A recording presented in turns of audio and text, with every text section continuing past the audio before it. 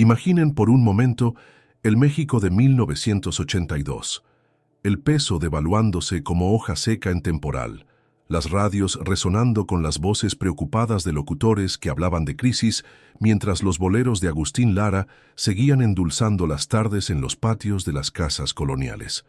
Un país donde las muchachas indígenas aún cargaban el agua del pozo en cántaros de barro, pero donde los primeros televisores a color comenzaban a mostrar telenovelas que prometían mundos imposibles. Era un tiempo en que el olor del copal se mezclaba con el humo de los primeros autos compactos, cuando las tortillas hechas a mano competían con el pan Bimbo en las mesas familiares, cuando los huipiles bordados a mano convivían con las primeras blusas de poliéster que llegaban de las maquiladoras del norte. México estaba cambiando, pero las reglas del corazón parecían escritas en piedra ancestral. En este México de contrastes y contradicciones, donde los apellidos aún determinaban destinos y donde el color de la piel podía abrir o cerrar puertas para siempre, nació una historia de amor que desafiaría cada convención social, cada prejuicio heredado, cada "así son las cosas", pronunciado con la autoridad de generaciones que nunca se habían atrevido a cuestionar el orden establecido. Lucinda no sabía, cuando subió a aquel autobús de segunda clase, que la llevaría desde las montañas neblinosas de Chiapas hasta el calor sofocante de Yucatán, que estaba a punto de protagonizar su propia revolución silenciosa. No imaginaba que una maleta de cartón, 3 vestidos de algodón y el hambre de algo más grande que su destino aparente la convertirían en arquitecta de un futuro que nadie había planeado para ella. Tampoco Esteban Aguirre podía prever que su regreso de los estudios universitarios en Querétaro no sería simplemente el retorno del hijo pródigo a los brazos acomodados de la sociedad meridana, sino el inicio de un despertar que lo llevaría a cuestionar todo aquello por lo que su familia había trabajado durante 3 generaciones. Esta es una historia real en su esencia, aunque los nombres hayan sido cambiados para proteger la intimidad de quienes la vivieron.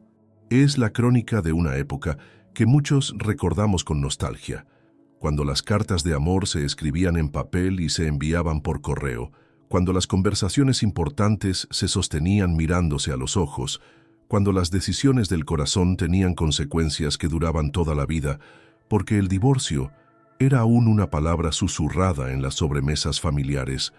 Pero sobre todo, esta es una historia sobre la capacidad transformadora del amor verdadero.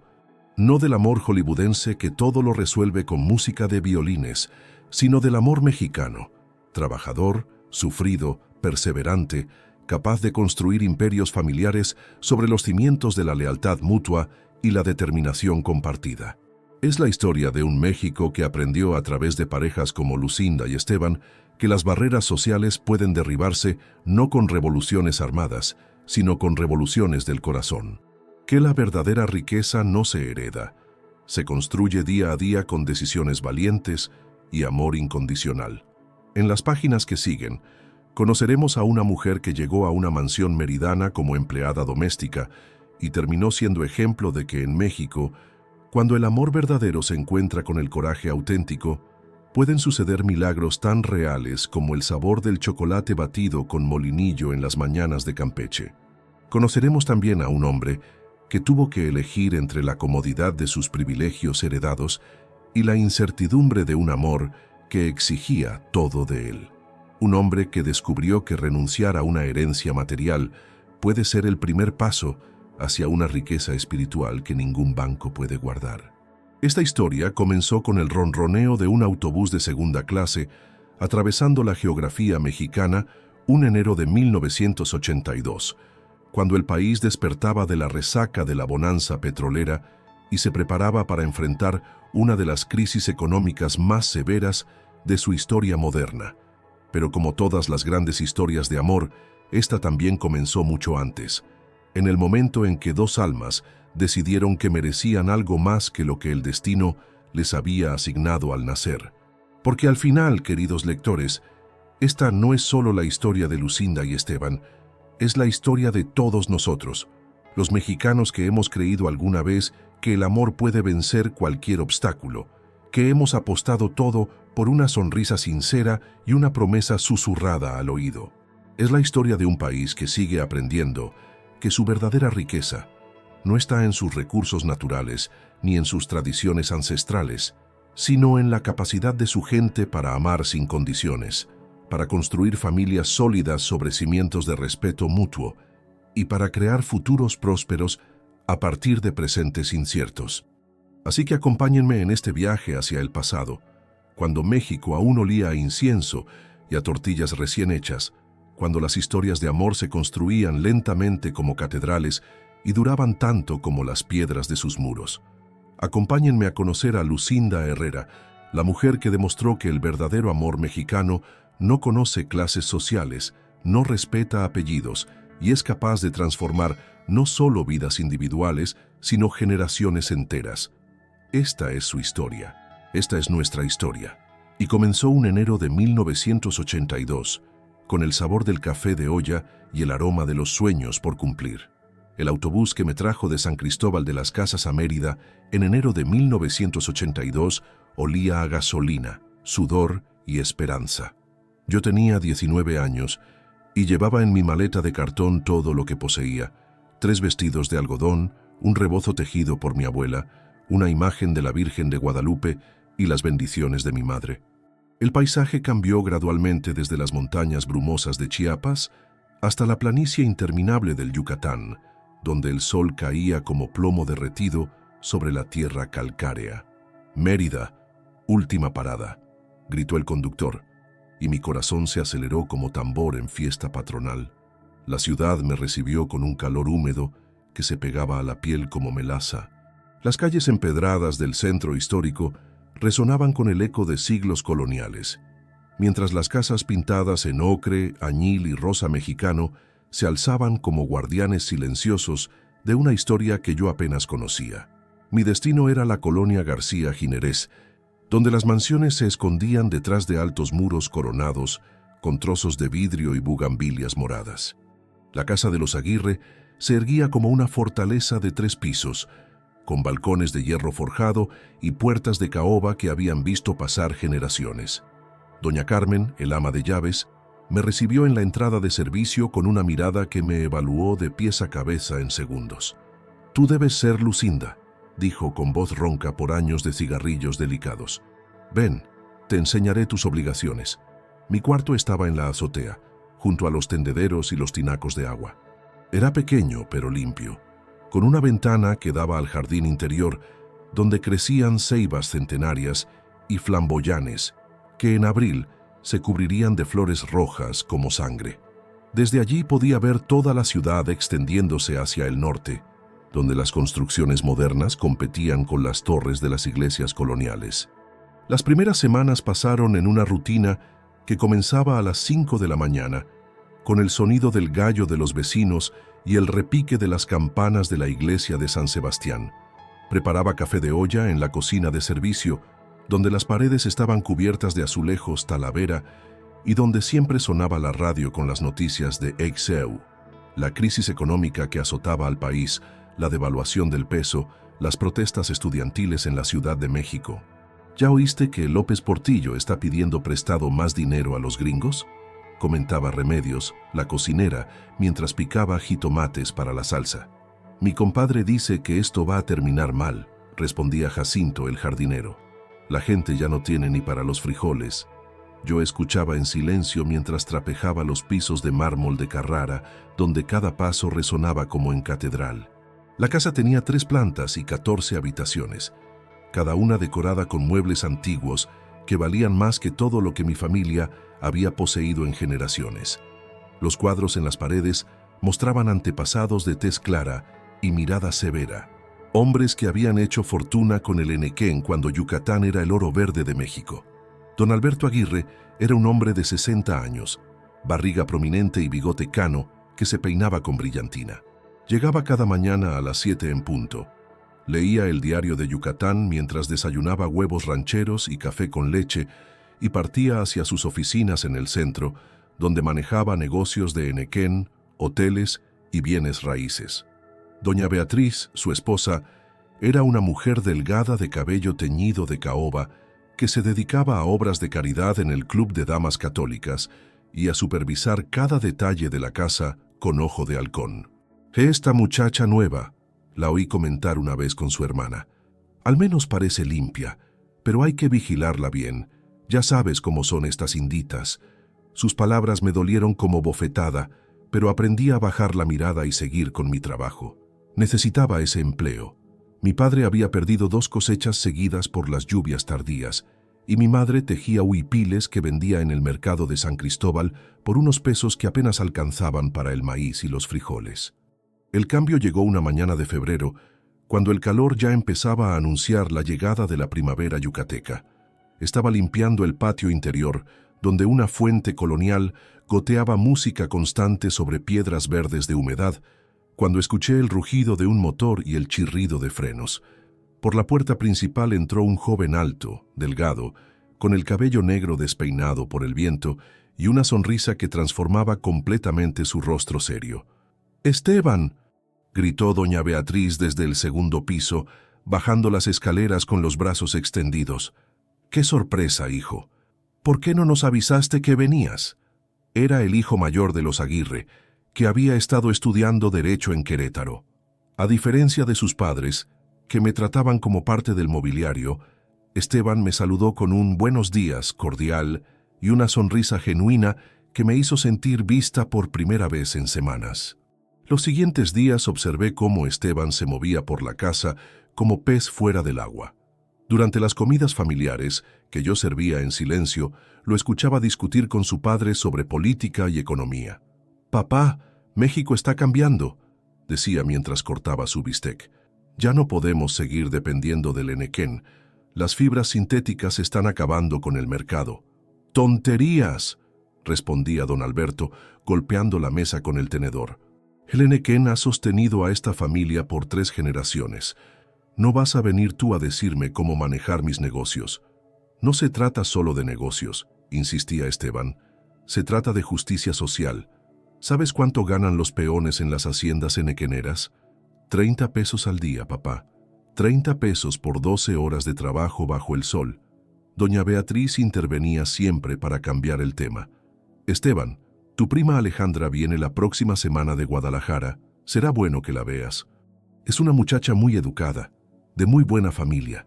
Yo servía el postre, flan napolitano que hacía Remedios, y fingía no escuchar, pero cada palabra se grababa en mi memoria. Este joven era diferente. Había algo en su forma de hablar, en su manera de cuestionar el mundo que lo rodeaba, que me recordaba a los maestros rurales que habían llegado a mi pueblo cuando era niña. El primer encuentro real entre nosotros ocurrió una tarde de marzo, cuando el calor ya se había vuelto sofocante y las lluvias aún tardaban semanas en llegar. Estaba limpiando la biblioteca, una habitación llena de libros encuadernados en piel que nadie leía, cuando encontré un radio viejo que había dejado de funcionar. Era un Sanyo plateado, de esos que funcionan con pilas, y que en mi casa habría sido un tesoro. «¿Se puede reparar?», pregunté en voz alta, sin darme cuenta de que Esteban había entrado silenciosamente. «Probablemente», respondió acercándose. «Mi abuelo lo compró en los años 60. ¿Te gusta escuchar radio?». «Sí, señor», respondí, bajando inmediatamente la mirada. «Perdón, no debería haber tocado». «No te disculpes», me interrumpió con gentileza. «¿Qué programas te gustan?». Era la primera vez que alguien de la familia me hacía una pregunta personal. Durante unos segundos no supe qué responder. «Me gusta escuchar las noticias», dije finalmente. «Y la música, los boleros de Agustín Lara, las rancheras de Jorge Negrete». Esteban sonrió y tomó el radio, examinándolo. «Creo que solo necesita pilas nuevas. ¿Sabes qué? Vamos a arreglarlo. Pero tienes que dejar de decirme señor. Me llamo Esteban». Durante la siguiente hora, mientras el sol de la tarde doraba los vitrales de la biblioteca, trabajamos juntos reparando el radio. Esteban me contó sobre sus estudios en Querétaro, sobre los libros que había leído, sobre sus ideas de cómo México podría cambiar.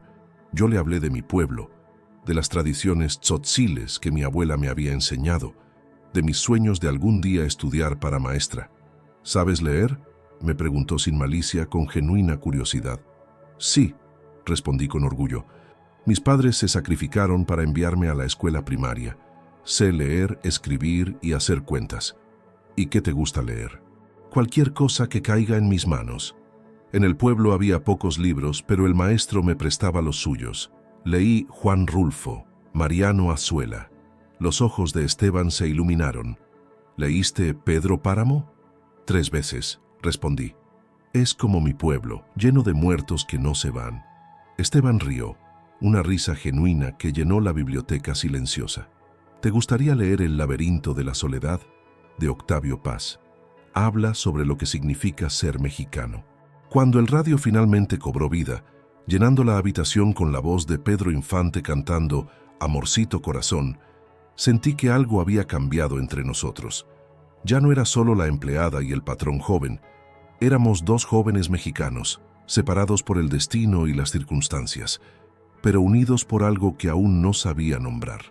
Esa noche, en mi cuarto de la azotea, me quedé despierta escuchando el radio que Esteban me había regalado.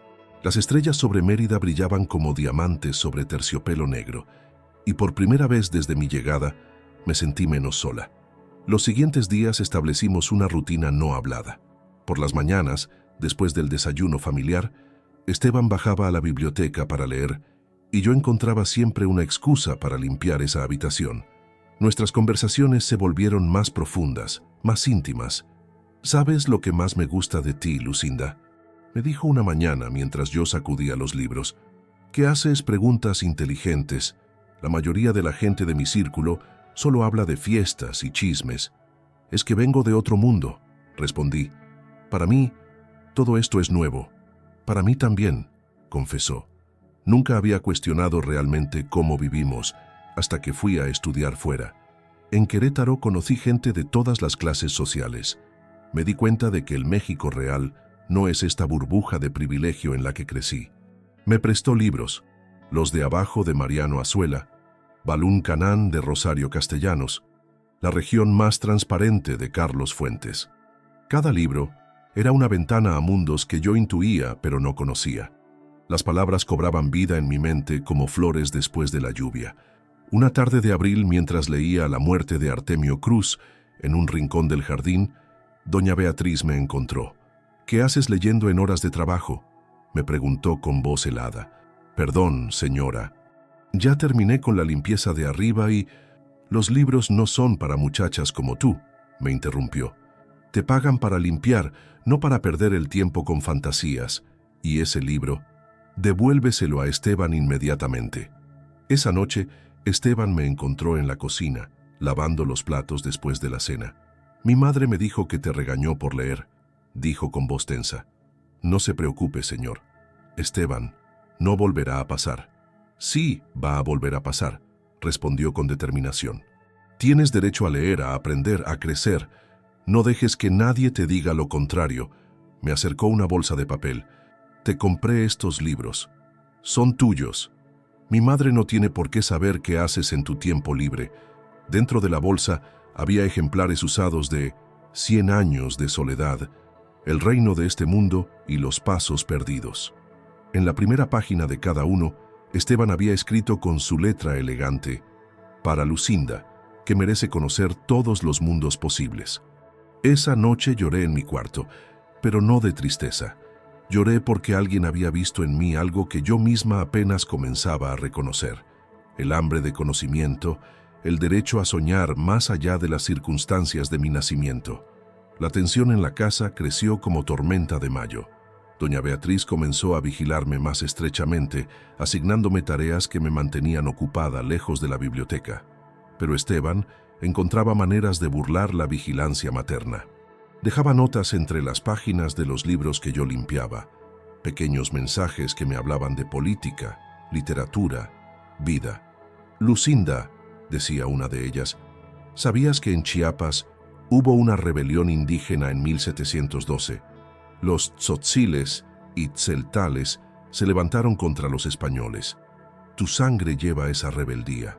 Otra nota decía: estoy leyendo sobre la educación rural en México. ¿Sabías que hay programas del gobierno para formar maestras rurales? Podrías estudiar, regresar a tu pueblo convertida en la maestra que soñabas ser. Cada palabra suya abría mundos en mi mente. Por las noches, después de que la familia se dormía, subía a la azotea y contemplaba las estrellas sobre Mérida mientras leía a la luz de una vela los libros que Esteban me había regalado. La ciudad se extendía a mis pies como un mar de luces amarillas, y yo soñaba con un futuro que comenzaba a tomar forma en mi corazón.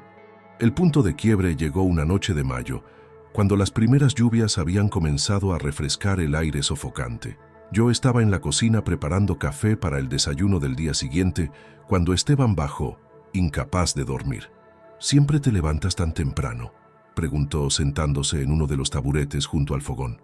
«En mi pueblo, las mujeres nos levantamos antes que el sol», respondí, sirviéndole una taza de café. «Mi madre dice que el día empieza cuando nosotras decidimos que empiece. Tu madre parece ser una mujer sabia. Lo es. Aunque nunca fue a la escuela, sabe más de la vida que muchos doctores». Esteban tomó un sorbo de café y me miró con una intensidad que me hizo temblar. «Lucinda, hay algo que necesito decirte». Mi corazón comenzó a latir tan fuerte que pensé que él podría escucharlo. «Yo he estado pensando mucho. Sobre ti, sobre nosotros, sobre todo esto. Sé que somos de mundos diferentes, que hay obstáculos enormes, pero…» La voz se le quebró. En la penumbra de la cocina, iluminados solo por la llama del fogón, parecíamos dos conspiradores planeando una revolución. «¿Pero qué?», susurré. «Me he enamorado de ti», dijo finalmente, las palabras saliendo como confesión en el confesionario. «De tu inteligencia, de tu fuerza, de la manera en que ves el mundo con ojos nuevos. Sé que es una locura. Sé que mi familia…». No pudo terminar la frase porque yo había puesto mi dedo sobre sus labios. «También estoy enamorada de ti», confesé, sorprendiéndome de mi propia valentía. «Pero tienes razón, es una locura». Nos quedamos así, mirándonos en el silencio roto solo por el goteo del grifo y el ronroneo del refrigerador. Luego, lentamente, como si el mundo fuera a detenerse, Esteban se acercó y me besó. Fue mi primer beso, y tuvo sabor a café, a esperanza y a rebeldía. Cuando nos separamos, los dos sabíamos que habíamos cruzado una línea de la que no había regreso. El amor había llegado como lluvia después de sequía, inevitable y transformador. Los siguientes días fueron un torbellino de emociones encontradas.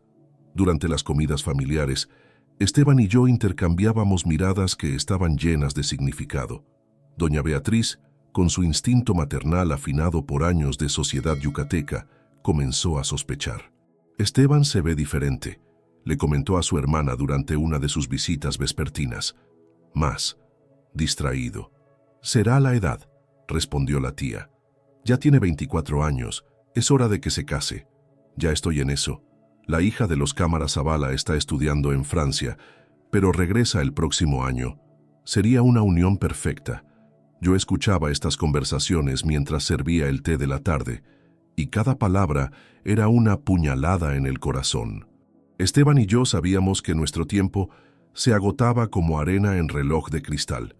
Una noche, cuando la lluvia golpeaba las ventanas como dedos impacientes, Esteban subió a la azotea donde yo leía 100 años de soledad. El viento húmedo movía las páginas del libro y hacía ondear mi cabello suelto. «¿No tienes frío?», preguntó, sentándose a mi lado en el pequeño banco que Jacinto había hecho para mí. «En mi pueblo llueve más fuerte que esto», respondí. «Además, quería terminar este capítulo. Aureliano acaba de descifrar los pergaminos de Melquíades». Esteban sonrió. «¿Y qué descubrió?». «Que toda la historia de su familia había sido predicha, que el futuro ya estaba escrito y que no había manera de cambiarlo». «¿Tú crees en el destino?», preguntó Esteban tomando mi mano. «Creo en las decisiones», respondí. «Creo que podemos escribir nuestro propio futuro, aunque sea difícil». «Entonces decidamos juntos», dijo él, y en sus ojos vi la misma determinación que había visto en los ojos de los revolucionarios en las fotografías de mis libros de historia. Esa noche hicimos planes. Esteban terminaría sus estudios, buscaría trabajo como abogado en una ciudad donde nadie nos conociera, y yo estudiaría para maestra rural. Sabíamos que significaría renunciar a la fortuna de su familia, enfrentar el escándalo, empezar de cero, pero estábamos dispuestos a pagar ese precio. El destino, sin embargo, tenía otros planes. La tormenta llegó una mañana de junio en forma de carta. Doña Beatriz encontró una nota que Esteban me había escrito, donde hablaba de sus sentimientos y de nuestros planes. La letra elegante que yo había aprendido a amar se convirtió en evidencia de nuestro crimen contra las convenciones sociales. El grito de doña Beatriz despertó a toda la casa. Desde la cocina donde preparaba el desayuno, escuché mi nombre pronunciado como maldición, seguido de palabras que no repetiré, pero que se clavaron en mi corazón como dagas envenenadas. «Esteban, ven acá inmediatamente», gritaba. Esa indita se ha atrevido a seducir a mi hijo». La confrontación que siguió fue brutal. Doña Beatriz leyó la carta en voz alta frente a toda la familia reunida en el comedor, mientras yo permanecía de pie junto a la puerta de la cocina, como acusada ante un tribunal. «Querida Lucinda», leyó con voz venenosa, «cada día que pasa confirma lo que mi corazón ya sabía, que el amor verdadero no reconoce barreras de clase ni tradición. Juntos construiremos un futuro basado en el respeto mutuo y la justicia social que tanto defendemos». Don Alberto golpeó la mesa con el puño. «Basta. Esteban, explícame esto inmediatamente». Esteban, que había bajado corriendo al escuchar los gritos, me miró con ojos llenos de dolor y determinación. «Es cierto», dijo con voz firme. «Amo a Lucinda y ella me ama. Vamos a casarnos». El silencio que siguió fue más estruendoso que cualquier grito. Doña Beatriz se dejó caer en su silla como si hubiera recibido una bofetada, mientras don Alberto se ponía de pie lentamente, su rostro enrojeciendo de furia. «¿Casarte?», rugió. «¿Con la sirvienta? ¿Te has vuelto loco?» «No está loca el que ama», respondió Esteban. «Está loco el que vive una vida que no ha elegido, rodeado de lujos que no ha ganado, perpetuando injusticias que no cuestiona». «Esta conversación se acaba aquí», gritó don Alberto. «Tú, muchacha, recoge tus cosas y lárgate de mi casa ahora mismo.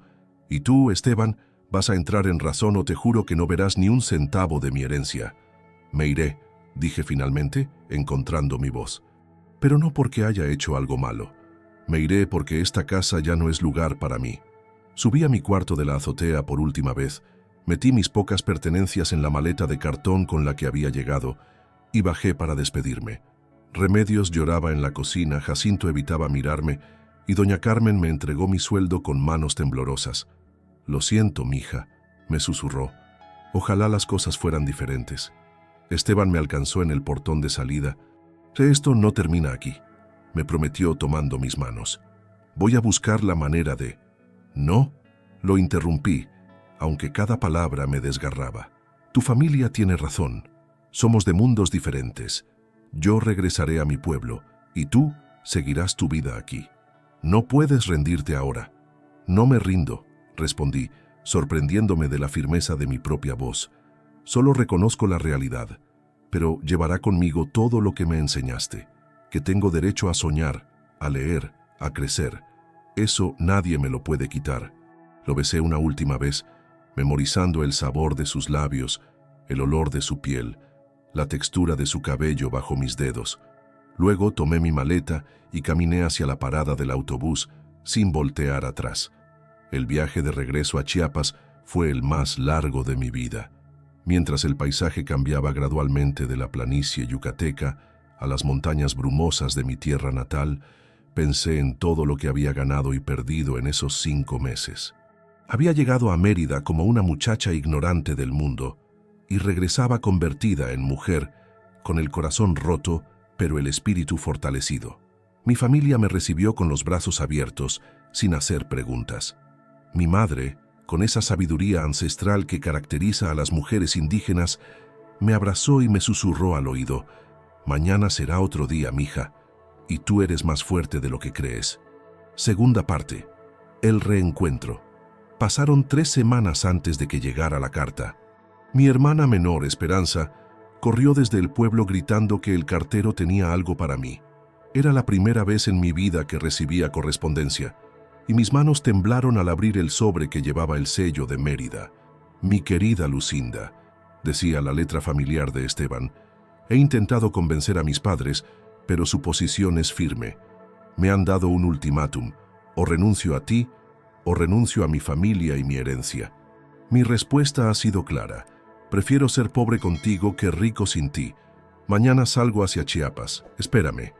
El corazón se me desbocó como caballo salvaje. Corrí hacia la casa gritando la noticia, y toda mi familia se alborotó como gallinero en tormenta. ¿Estás segura de que ese muchacho viene en serio?, preguntó mi padre, ajustándose el sombrero de palma que nunca se quitaba. Los ricos son buenos para prometer, pero malos para cumplir. Es diferente, papá, respondí. Lo conozco. Mi madre, más práctica, comenzó a preparar el cuarto de huéspedes. Si viene, que sea bienvenido, pero tendrá que demostrar que es digno de mi hija. Esteban llegó 2 días después en un Volkswagen Sedan color azul cielo que había visto mejores días. El motor tosía como enfermo de bronquitis y el parachoques delantero estaba abolido por el viaje a través de las montañas. Cuando se bajó del carro, cubierto de polvo del camino y con la ropa arrugada, parecía un príncipe que hubiera renunciado a su reino. Los niños del pueblo se arremolinaron alrededor del automóvil como si fuera una nave espacial, mientras los adultos observaban desde las puertas de sus casas con curiosidad mal disimulada. En San Cristóbal de las Casas, un carro como ese era una rareza, y un joven mestizo buscando a una muchacha tzótzil era algo sin precedentes.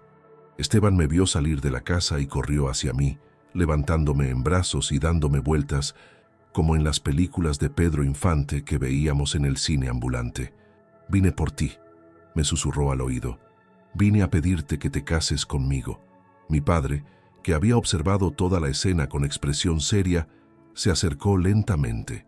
«Joven», dijo con la voz pausada que usaba para las ocasiones importantes, «mi hija me ha hablado de usted. Si sus intenciones son serias, será bienvenido en esta casa. Pero si viene a jugar con sus sentimientos, será mejor que se vaya por donde vino». Esteban se irguió y miró a mi padre a los ojos con el respeto que había aprendido en sus libros de antropología. «Señor Herrera, vengo a pedirle la mano de su hija. Sé que no soy el yerno que usted esperaba, pero le prometo que la voy a respetar, a cuidar y a amar todos los días de mi vida». Mi padre lo estudió durante un largo minuto, luego sonrió lentamente. «Entonces, pase. Mi esposa ha preparado café y tenemos mucho de qué hablar». Los siguientes días fueron como vivir en una novela de realismo mágico. Esteban se adaptó a la vida del pueblo con una facilidad que sorprendió a todos. Ayudó a mi padre en los trabajos del campo, aprendió a moler maíz para las tortillas, jugó fútbol con los niños en el patio de la escuela y por las noches se sentaba junto al fogón a escuchar las historias que contaba mi abuelo. «Este muchacho tiene buen corazón», le dijo mi madre a mi padre una noche que creían que yo dormía.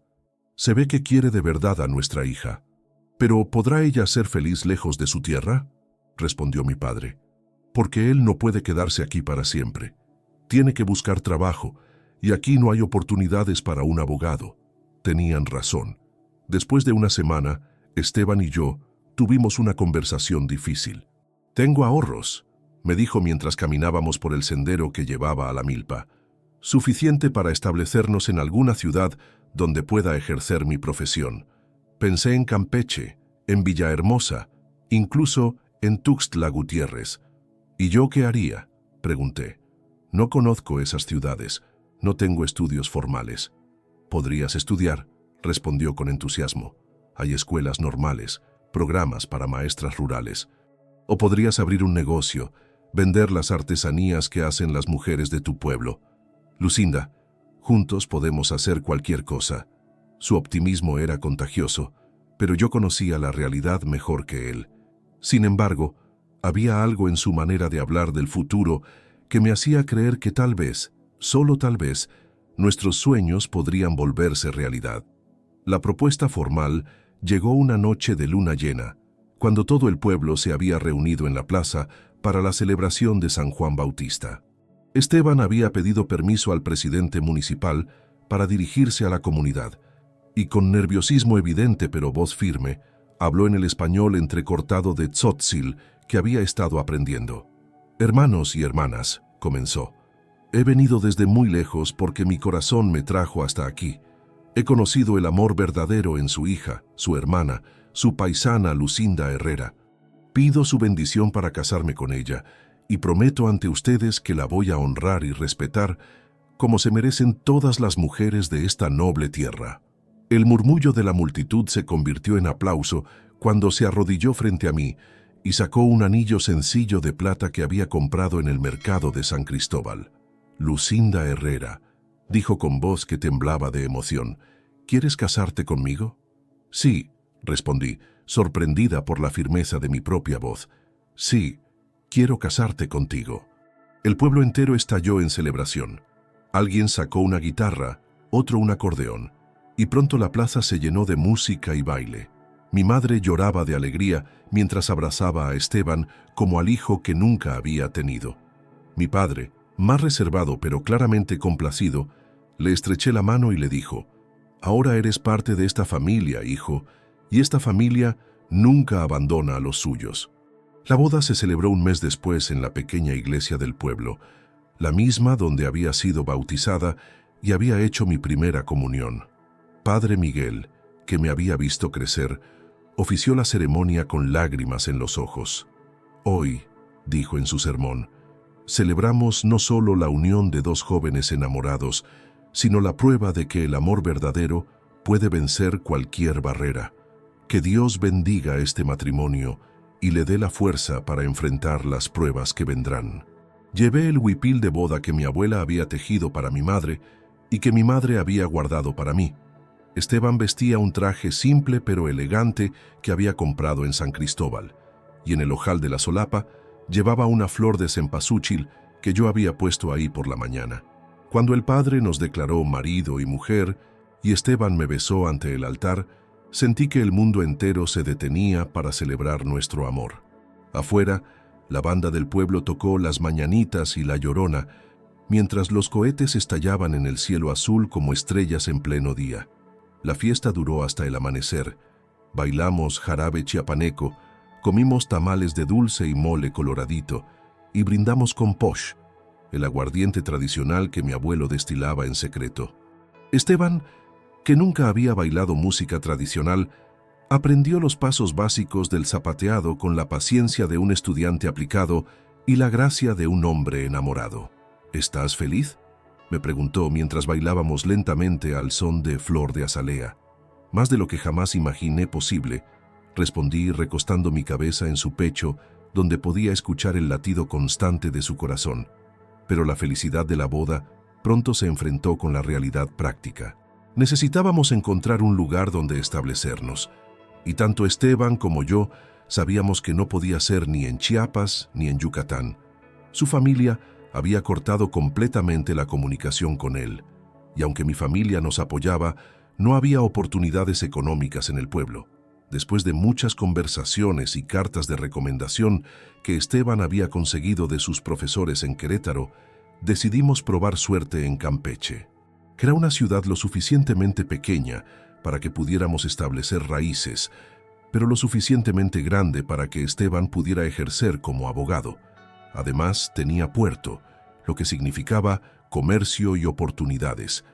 El viaje de San Cristóbal a Campeche en el Volkswagen de Esteban fue toda una aventura. El carro, ya viejo cuando él lo compró, protestó durante todo el camino de montaña.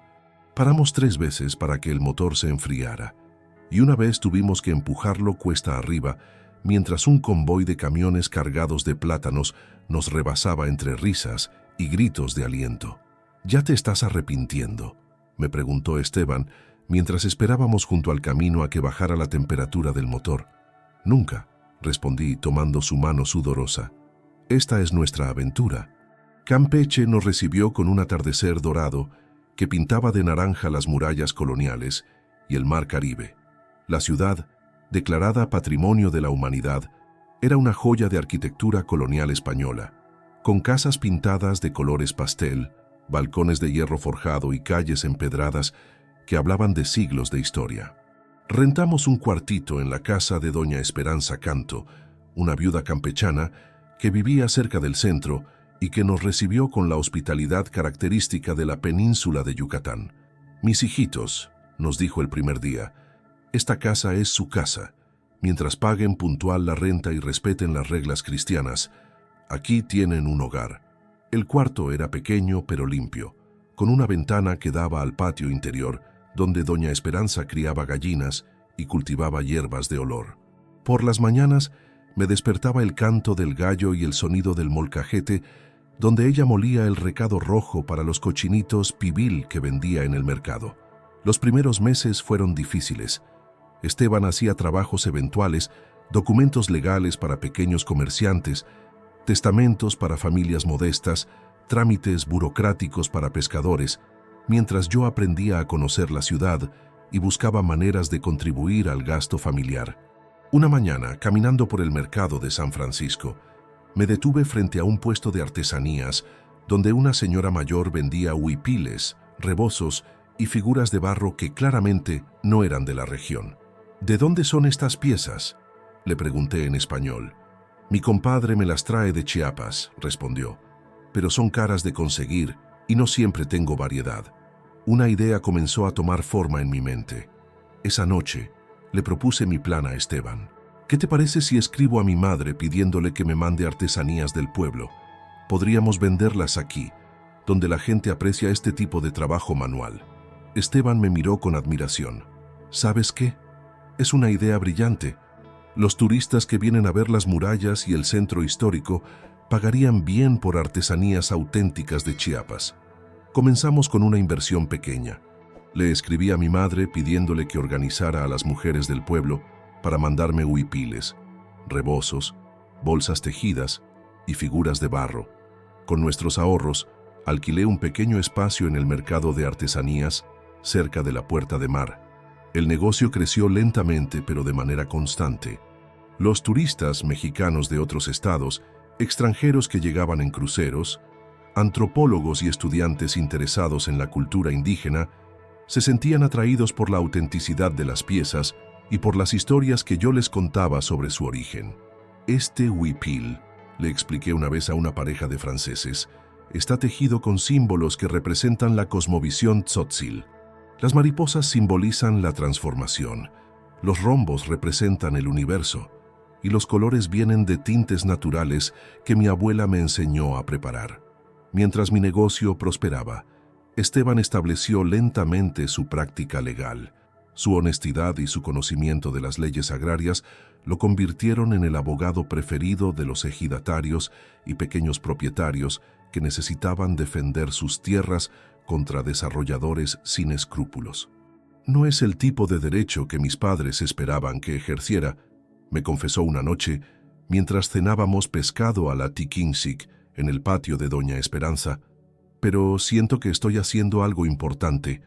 Estoy ayudando a gente que realmente lo necesita». «Tu padre quería que fueras como él», respondí, «pero tú eres mejor que él». El primer año en Campeche estuvo lleno de desafíos económicos y emocionales.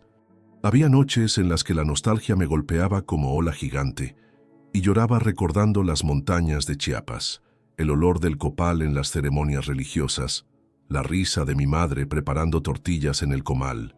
Esteban también tenía sus momentos difíciles, especialmente cuando recibía noticias indirectas sobre su familia. «Mi primo me escribió», me dijo una tarde, arrugando una carta entre sus manos. «Mi padre tuvo un infarto leve. Está bien, pero ¿quieres ir a verlo?», pregunté, aunque sabía que la respuesta sería compleja. «Sí y no», respondió honestamente. «Los extraño, pero no puedo regresar como si nada hubiera pasado». Ellos tomaron su decisión cuando me obligaron a elegir entre mi familia y mi esposa, y yo tomé la mía. Pero también había momentos de felicidad pura, cuando mi negocio tuvo suficientes ganancias para enviar dinero a mi familia en Chiapas. Cuando Esteban ganó su primer caso importante, defendiendo los derechos de agua de una comunidad maya contra una empresa hotelera.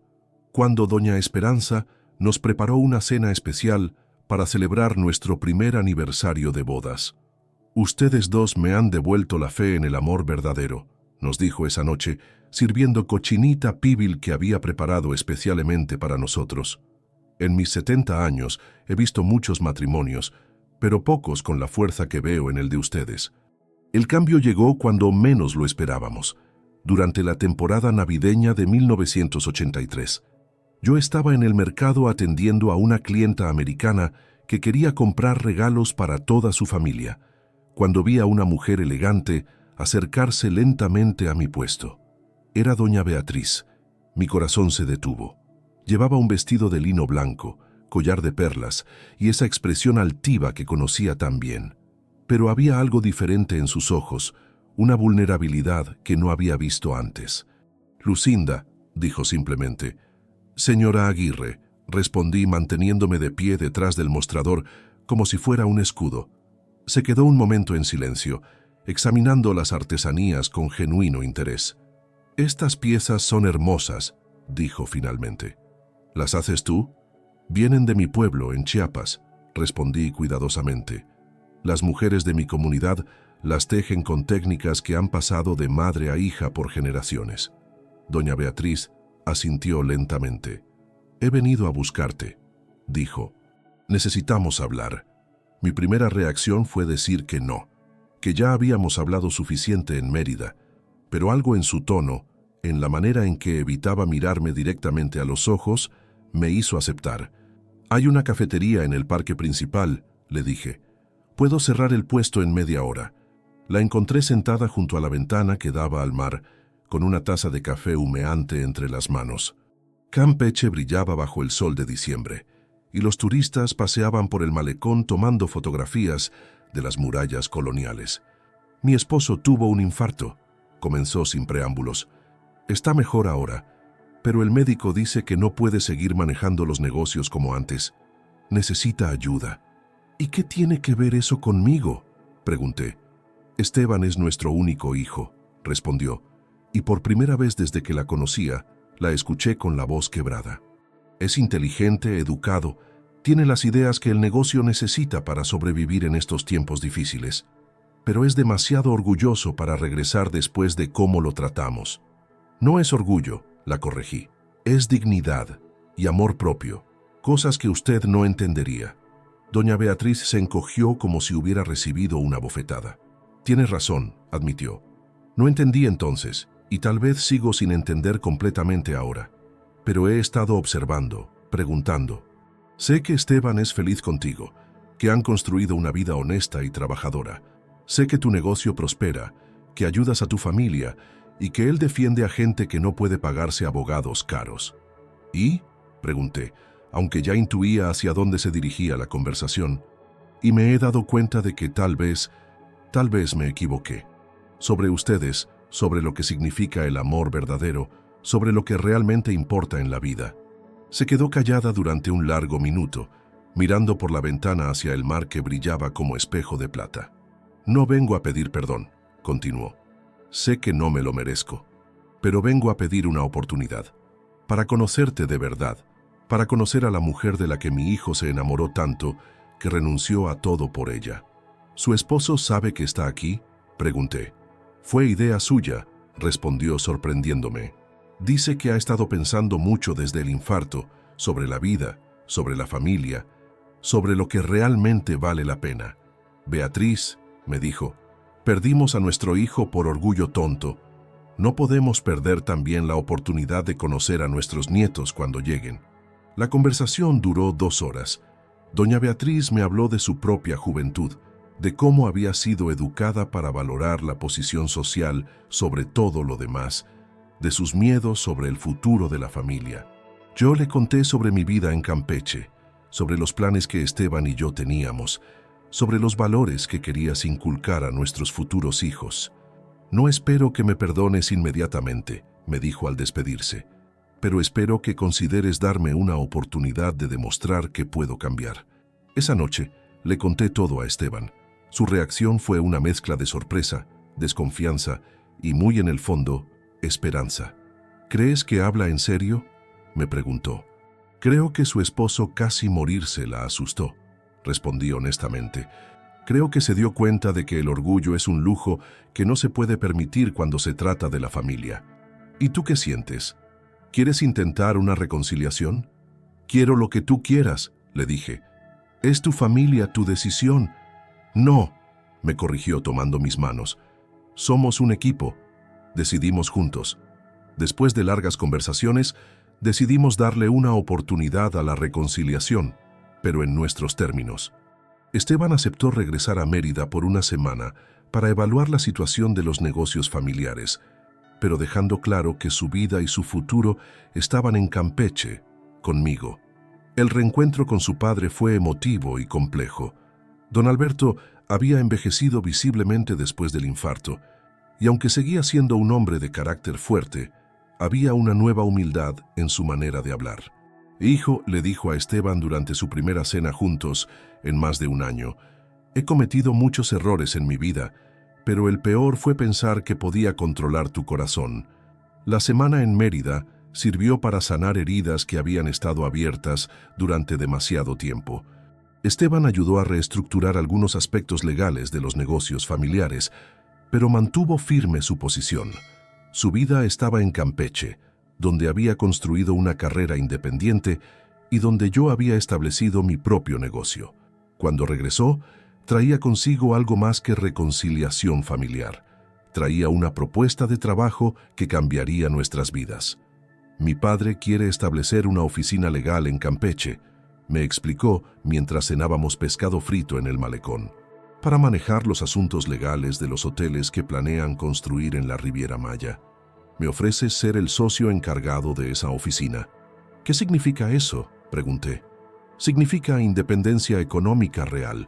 Significa poder ayudar más a tu familia, expandir tu negocio, tal vez hasta abrir una escuela de artes y oficios como siempre has soñado.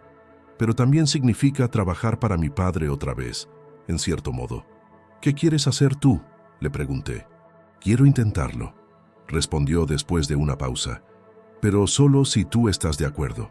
Y solo si queda claro que somos socios, no empleados. Aceptamos la propuesta, y los siguientes años fueron de crecimiento y prosperidad. La oficina legal de Esteban se convirtió en una de las más respetadas de Campeche, especializándose en derecho turístico y agrario. Mi negocio de artesanías creció hasta convertirse en una cooperativa que empleaba a más de 50 mujeres de comunidades indígenas de Chiapas, Yucatán y Campeche. Pero el verdadero milagro llegó en 1985, cuando nació nuestro primer hijo. Tercera parte. La familia Diego llegó al mundo una madrugada de septiembre, cuando el ciclón Gilberto azotaba la península de Yucatán y las calles de Campeche se habían convertido en ríos turbulentos. El hospital estaba sin electricidad y mi hijo nació a la luz de velas y lámparas de petróleo, como si hubiera elegido venir al mundo de la manera más tradicional posible. Es hermoso, susurró Esteban, cargando por primera vez a nuestro bebé. Tiene tus ojos y tu nariz, pero mi terquedad. Mira cómo aprieta los puños. Diego tenía la piel morena clara que heredó de ambos, el cabello negro y abundante, y unos ojos que cambiaban de color según la luz, a veces cafés como los míos, a veces verdes como los de su padre. Pero lo más importante era que tenía pulmones fuertes y un grito que despertaba a todo el vecindario. Doña Esperanza, que se había convertido en nuestra segunda madre, preparó chocolate caliente y panuchos para celebrar. «Este niño va a ser especial», dijo mientras lo cargaba con la experiencia de quien había criado 8 hijos propios. «Los que nacen en tormenta vienen al mundo con propósito». La llegada de Diego transformó nuestras vidas completamente. De repente, todas nuestras decisiones giraban en torno a este pequeño ser que dependía completamente de nosotros. Esteban se convirtió en un padre devoto que cambiaba pañales a medianoche y cantaba canciones de cuna con la misma pasión con que había citado códigos legales.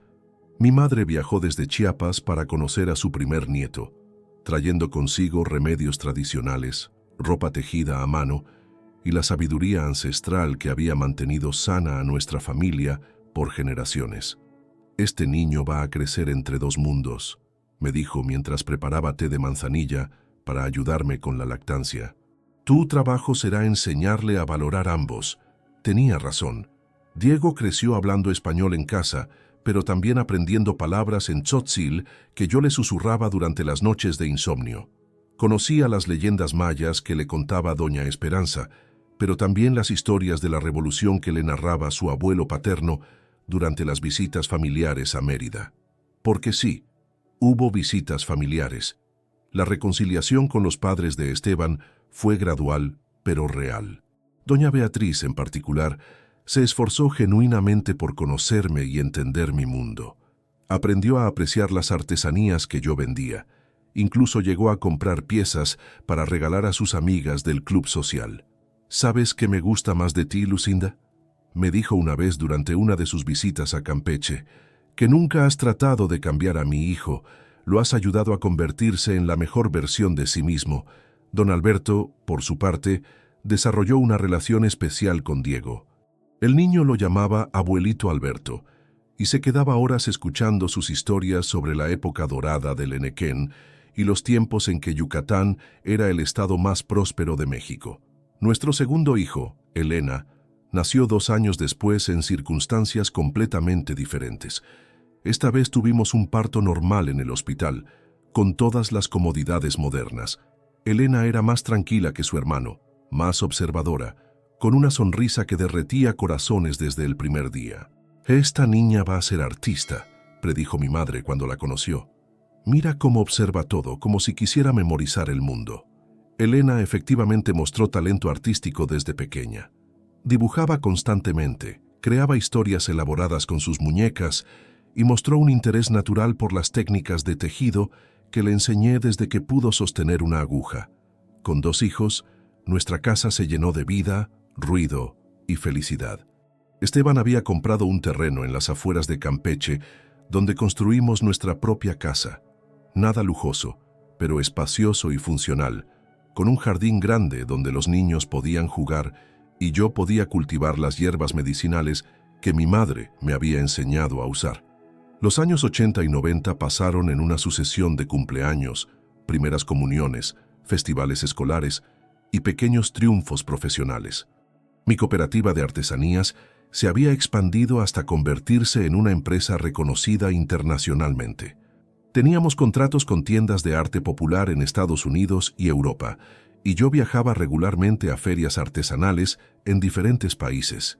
¿Te imaginas?, le dije a Esteban después de regresar de una exposición en España. Hace 20 años era una muchacha que apenas había salido de su pueblo, y ahora estoy vendiendo huipiles chiapanecos en Madrid. «Te imagino perfectamente», respondió abrazándome. «Siempre supe que eras extraordinaria». Esteban también prospere profesionalmente. Su oficina se había convertido en un despacho de 20 abogados que manejaba no solo los intereses de la familia Aguirre, sino también casos de derechos humanos, derecho ambiental y defensa de comunidades indígenas. Había encontrado la manera de usar su privilegio y educación para ayudar a quienes más lo necesitaban. Pero el verdadero cambio llegó cuando nuestros hijos comenzaron la universidad. Diego estudió desarrollo sustentable en la Universidad Autónoma de Yucatán, mientras Elena se inscribió en artes visuales en la Universidad de Guanajuato. «Se van a ir lejos», le dije a Esteban la noche antes de que Elena partiera hacia Guanajuato. «Es lo que tiene que pasar», respondió, aunque yo podía ver la tristeza en sus ojos. «Los criamos para que fueran independientes, para que siguieran sus propios sueños. ¿No sientes que hemos fallado en algo?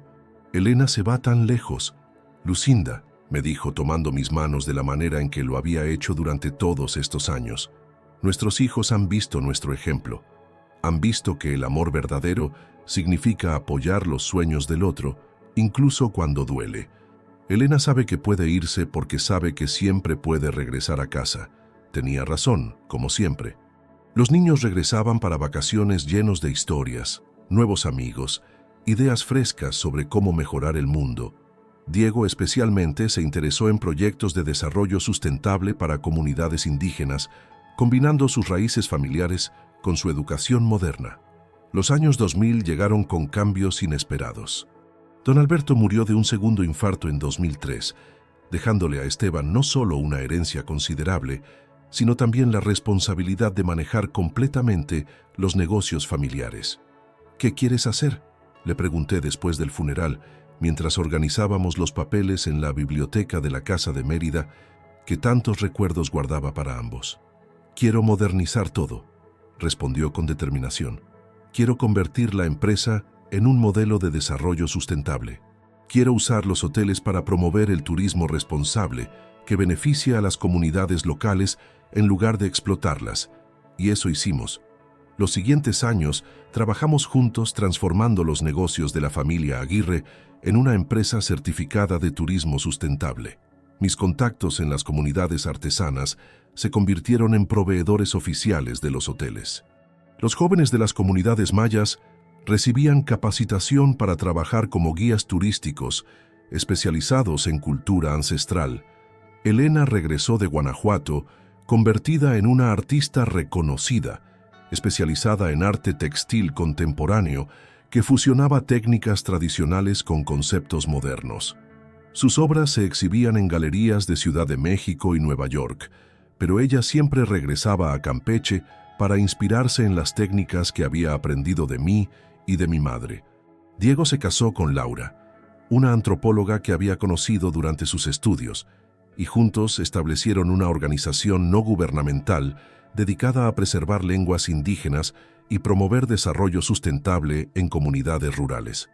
Están haciendo el trabajo que nosotros empezamos, me dijo Esteban una noche, mientras veíamos las fotos del primer proyecto de Diego en una comunidad maya de Quintana Roo. Están haciendo su propio trabajo, lo corregí. Nosotros les dimos las herramientas, pero ellos están construyendo su propio futuro. Los nietos llegaron gradualmente. Primero Sofía, hija de Diego y Laura, una niña de ojos enormes que hablaba maya con su abuelo paterno, y Tzotzil con su bisabuela materna. Luego llegó Mateo, hijo de Elena y su esposo David, un niño artístico que a los 5 años ya dibujaba con la precisión de un adulto. ¿Te das cuenta?, le dije a Esteban mientras cargaba a Mateo durante una tarde de domingo en nuestro jardín. Nuestros nietos van a crecer en un México completamente diferente al que conocimos nosotros. Mejor, respondió. Van a crecer en el México que nosotros ayudamos a crear.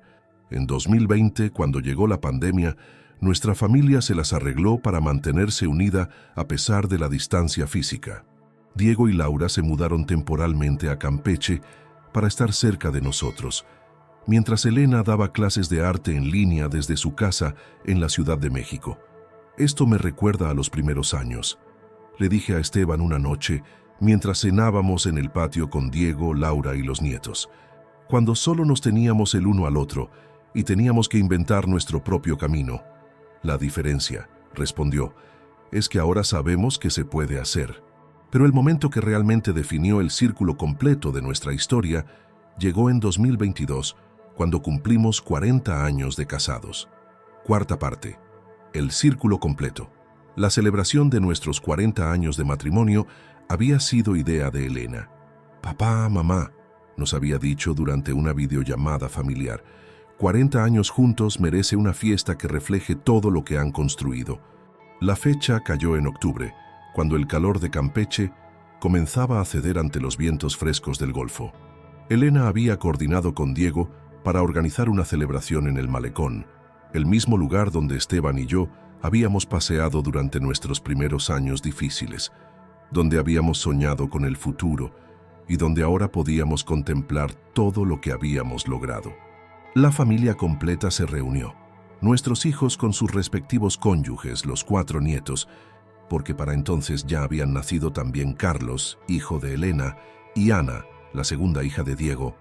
Doña Beatriz, que a los 85 años seguía siendo una mujer de carácter fuerte, y hasta algunos de mis hermanos que viajaron desde Chiapas, especialmente para la ocasión. Mira esto, me dijo Esteban mientras observábamos los preparativos desde la terraza de nuestro hotel favorito, el mismo donde habíamos celebrado nuestro 10º aniversario. ¿Te imaginas que cuando nos casamos alguien nos hubiera dicho que estaríamos aquí, rodeados de todo esto?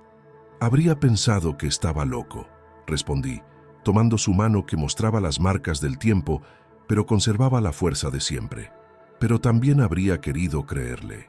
La celebración comenzó al atardecer, cuando el sol comenzaba su descenso hacia el Golfo de México, pintando el cielo de naranja, rosa y violeta.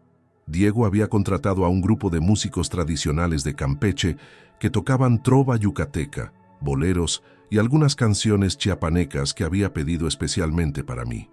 Pero el momento más emotivo llegó cuando Elena se levantó para dar un discurso.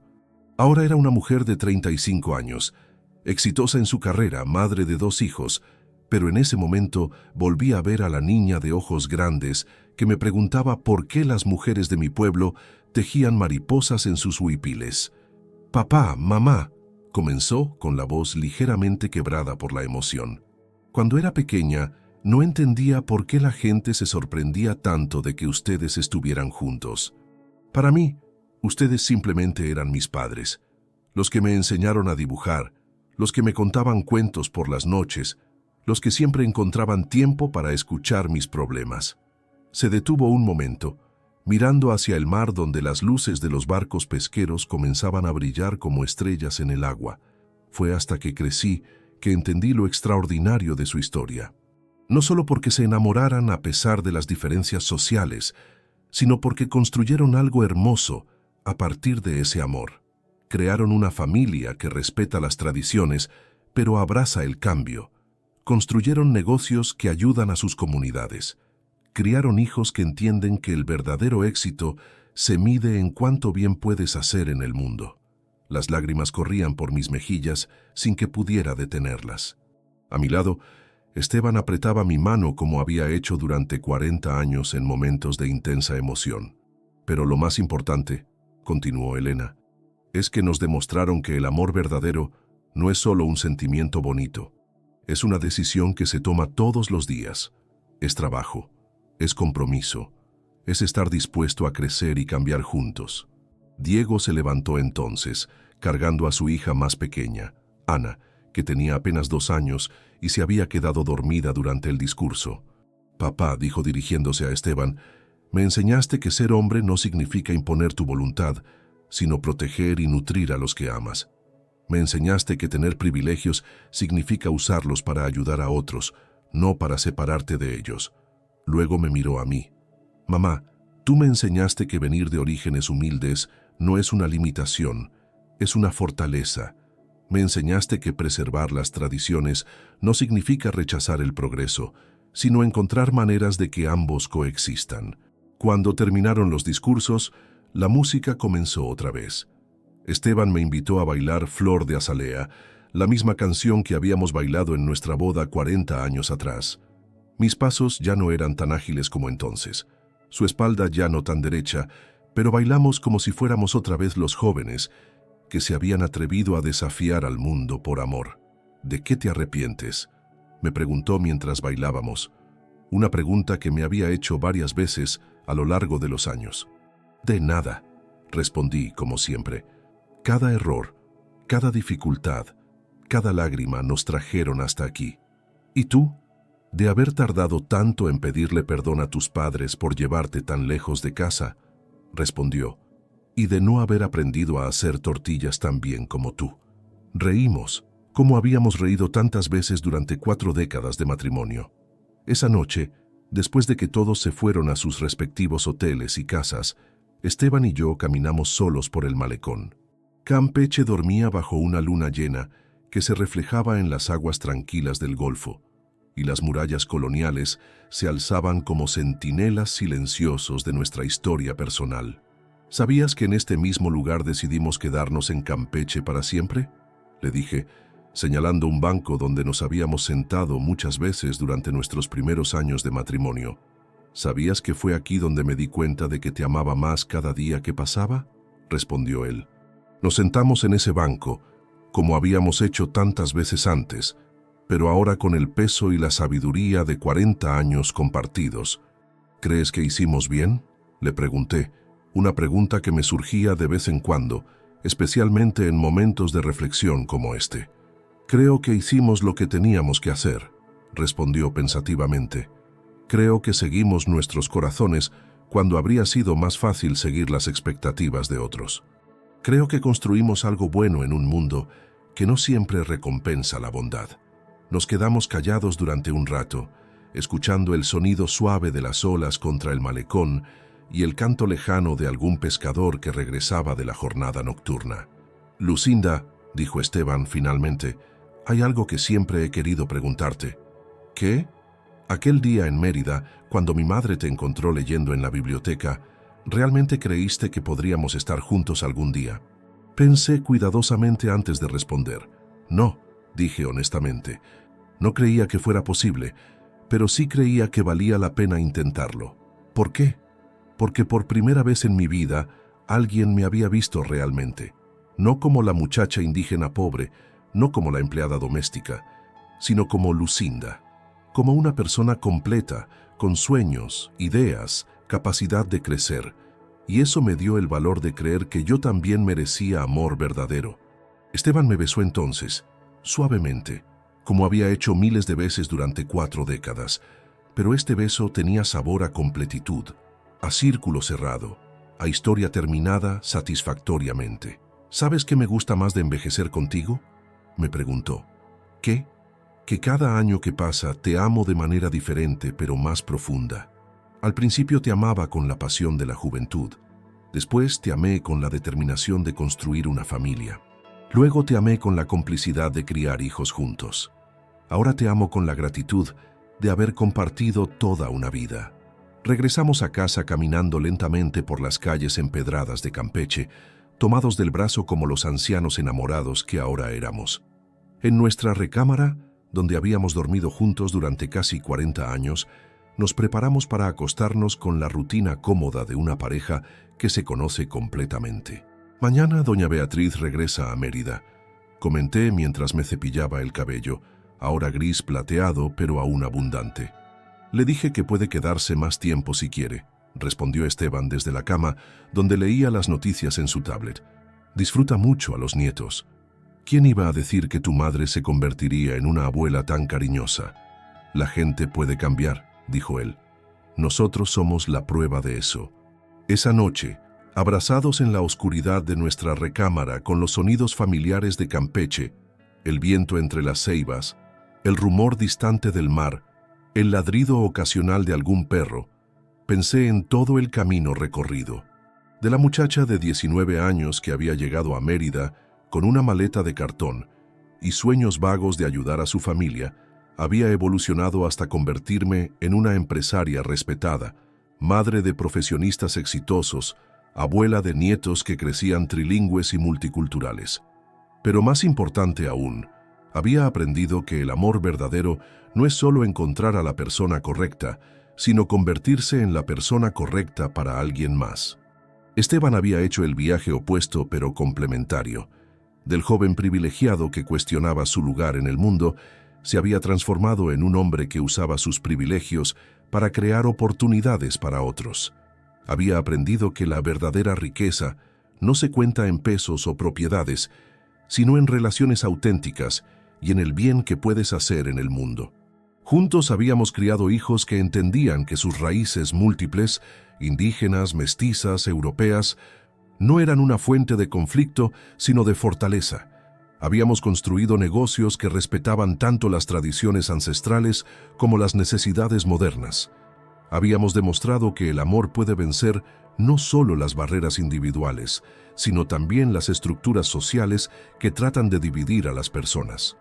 Pero tal vez lo más importante es que habíamos aprendido que cada historia de amor verdadero es en realidad una pequeña revolución, una declaración de que el afecto auténtico, el respeto mutuo y la voluntad de crecer juntos pueden cambiar no solo las vidas individuales, sino también las comunidades y eventualmente el mundo.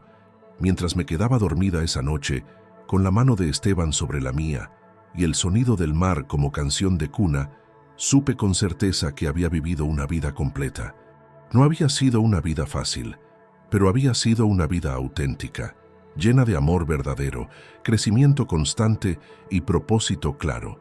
Y si tuviera que volver a empezar, si pudiera regresar a esa mañana de enero de 1982, cuando subí al autobús en San Cristóbal de las Casas, tomaría exactamente las mismas decisiones. Porque cada elección, Cada desafío, cada momento de dolor y cada instante de alegría me habían traído hasta aquí, a esta cama, en esta casa, en esta ciudad que había llegado a amar, junto al hombre que había elegido caminar conmigo durante toda una vida. El amor había sido más fuerte que las clases sociales, más duradero que las crisis económicas, más resistente que los malentendidos familiares. El amor, respaldado por coraje, trabajo y compromiso mutuo, había construido no solo un matrimonio, sino un legado que nuestros hijos y nietos llevarían hacia el futuro. Y mientras Campeche dormía bajo las estrellas del Caribe, mientras las murallas coloniales guardaban los sueños de sus habitantes, mientras el Golfo de México susurraba su eterna canción de continuidad y cambio, yo me quedé dormida con la sonrisa de una mujer que había apostado todo por el amor y había ganado. El círculo estaba completo.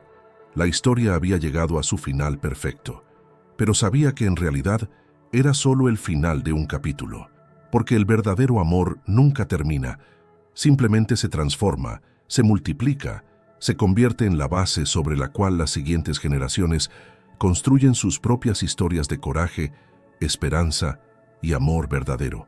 Campeche, octubre de 2022. Fin. En 1982, yo era empleada de limpieza en la casa de un millonario hasta que me enamoré del hijo del patrón. Hoy cumplimos 40 años de casados